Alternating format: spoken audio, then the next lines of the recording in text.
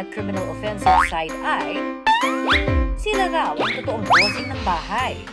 Sungit man sa inyong paningin, ang ating mga alagang pusa may itinatago raw na lambing. Pero ingat-ingat pa rin dahil pwede raw pagmulan ng sakit ang ating mga alagang pusa. Ang mga pusa sinasabi, di ba, na may mga 9 na buhay o 9 lives, ika nga. Pero dapat pa rin natin silang alagaan, alam nyo ha, dahil maaari pala silang makapagpasa sa atin ng sakit. Eh, papaano pa yung taong iisa lamang ang buhay, di ba? Ano nga ba ang mga sinasabing toxoplasmosis at papaano ito maiiwasan? Kapag may alaga ka raw na pusa, talaga namang mapapamahal ka sa kanila. Hindi po mahirap mag-alaga, ma'am, kasi hindi naman po sila totally alagain. Malalambing din po kasi sila. Ang alagang pusa ni Joanna, umabot na sa 21. Sa dami ng alaga, maya't maya kung maglinis ng bahay sina Joanna.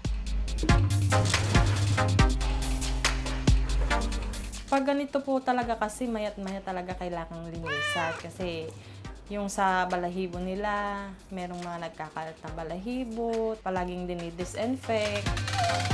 Ingat na ingat din daw kasi sila sa sakit na maaaring maipasa ng pusa. Siyempre, hindi po rin natin alam yung mga naapakan natin sa labas. Lalo po sa mga stray animals sa labas na nagdadala ng virus. Kaya iwas na rin po para hindi maipasa. Ang parasitiko kasi na kung tawagin ay Toxoplasma gondii, maaaring makuha sa dumi ng mga pusa. Sa mga parasitiko kasi, meron tayong tinatawag na mga definitive host. So, kumbaga, yung parasite ng Toxoplasma, doon talaga siya nananahan sa mga pusa. So, sila ang common carriers ng Toxoplasma gondii. Pero hindi lang daw sa pusa direktang makukuha ang parasitikong Toxoplasma gondii.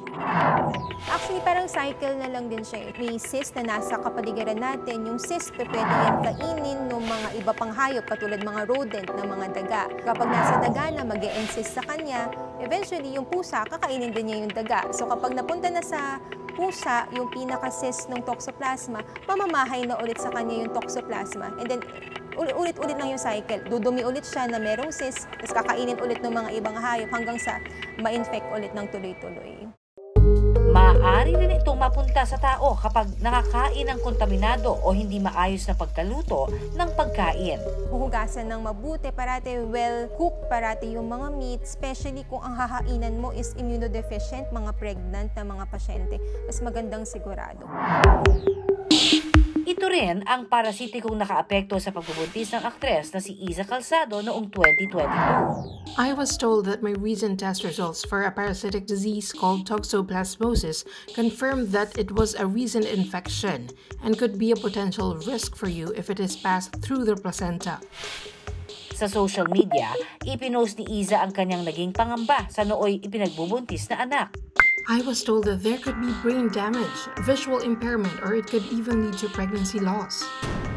Once ang isang tao ay na-infect na ng Toxoplasma, parang nandyan na siya sa atin. Ang downside lang, kapag in the future, bumagsak ang immune system mo, pwede siyang mag-reactivate. So, in short, hindi na siya mawawala, andyan na siya.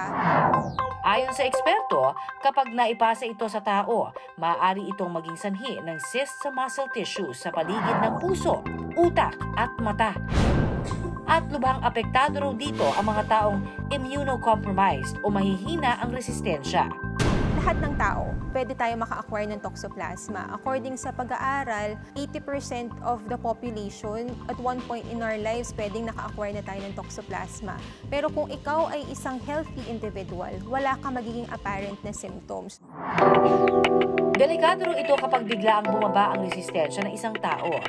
Ito yung mga taong mahina ang immune system, mga HIV, mga dialysis patients, cancer patients, isama na natin yung mga transplant patients.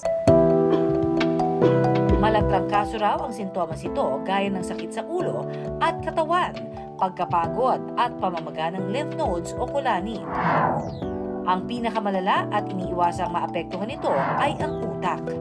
So, pwede itong umabot sa utak in the form of encephalitis, pwede itong umabot sa puso, myocarditis, pwede rin sa baga as pneumonitis. So, kahit na anong klaseng organ pwede talagang maapektuhan kapag immunodeficient po.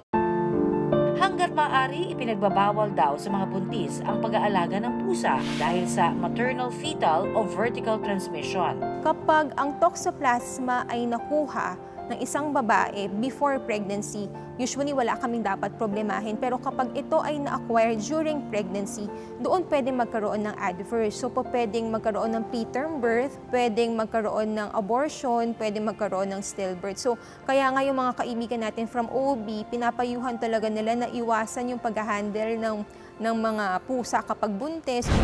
Ang pinakamalala raw na maaaring mangyari ay ang pagkabulag o ocular toxoplasmosis. Naapektuhan nun yung retina ng mata. So, pwede kang magkaroon ng partial na vision loss, pwedeng magkaroon ng retinal detachment, pwedeng magkaroon ng glaucoma. Worst case scenario, kung pag talagang naapektuhan yung buong eyeball, ang remedy na lang dun is enucleation, meaning tatanggalin yung buong eyeball. Para sa mga cat lovers na napasobra ang lambing at nadilaan ng pusa, hindi naman daw kaagad magkakaroon ng toxoplasmosis. Maliban na lang kung pag-alagala ito at kung ano-ano ang nakakain. May instance ba na nadilaan niya yung pupu or dumi niya, nadilaan ka niya or nakain mo or dinalaan ka niya sa bibig, may tendency na ma-acquire mo din yung toxoplasma. Kaya para sa kagaya ni Joanna na katabi si Mingming sa pagtulog, importante ang pagiging malinis sa bahay. Kadikit ng pagiging isang responsableng pet lover ang siguraduhing malinis ang kanilang kapaligiran. Kung sa tao nga po ay natatakot din tayong madapuan ng mga kahit anong virus kasi hindi po yan natin nakikita. So ganun din po sa mga pusa, kaya hanggat maaari, mahirap po talaga at nakakatakot na madapuan ng virus ang mga alagang pusa. Mga kapusa, kapuso, walang dapat ipag-alala sa pag-aalaga ng ating mga pusa. Basta, siguraduhing malinis ang kapaligiran para ang peligrong dala ng mga parasitiko maiwasan. Maraming salamat sa pagtutok sa Pinoy MD. Para po sa iba pang kaalaman tungkol sa ating kalusugan, mag-subscribe na sa GMA Public Affairs YouTube channel. And of course, don't forget to hit the bell button for our latest updates.